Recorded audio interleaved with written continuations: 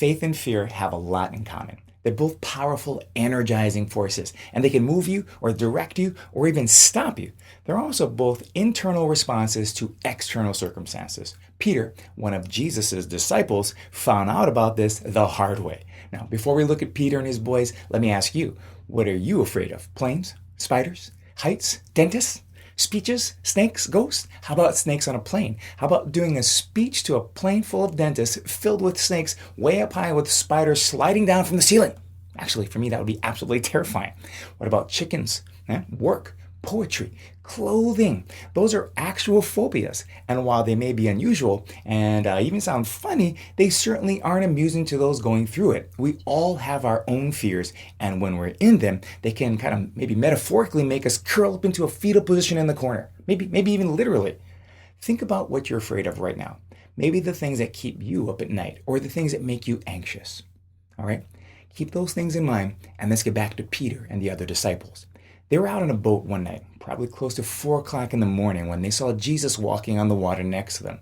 They all saw him, and they all thought he was a ghost, and they all screamed in terror. Come on, you would have, and I would have too. Jesus spoke to them, and he said, and I quote, "Take courage, it is I. Don't be afraid."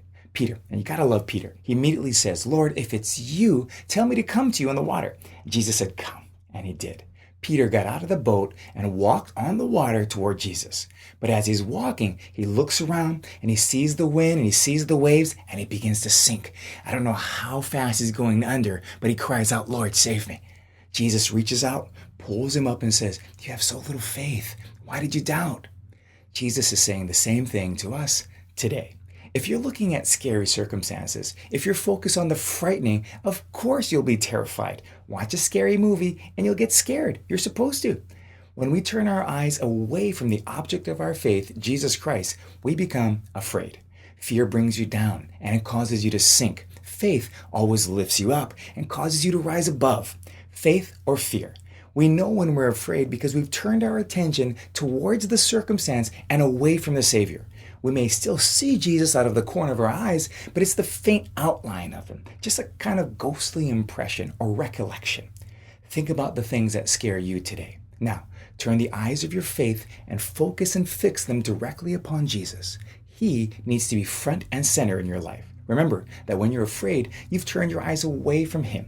I pray that your internal response to the external circumstances around you is always faith.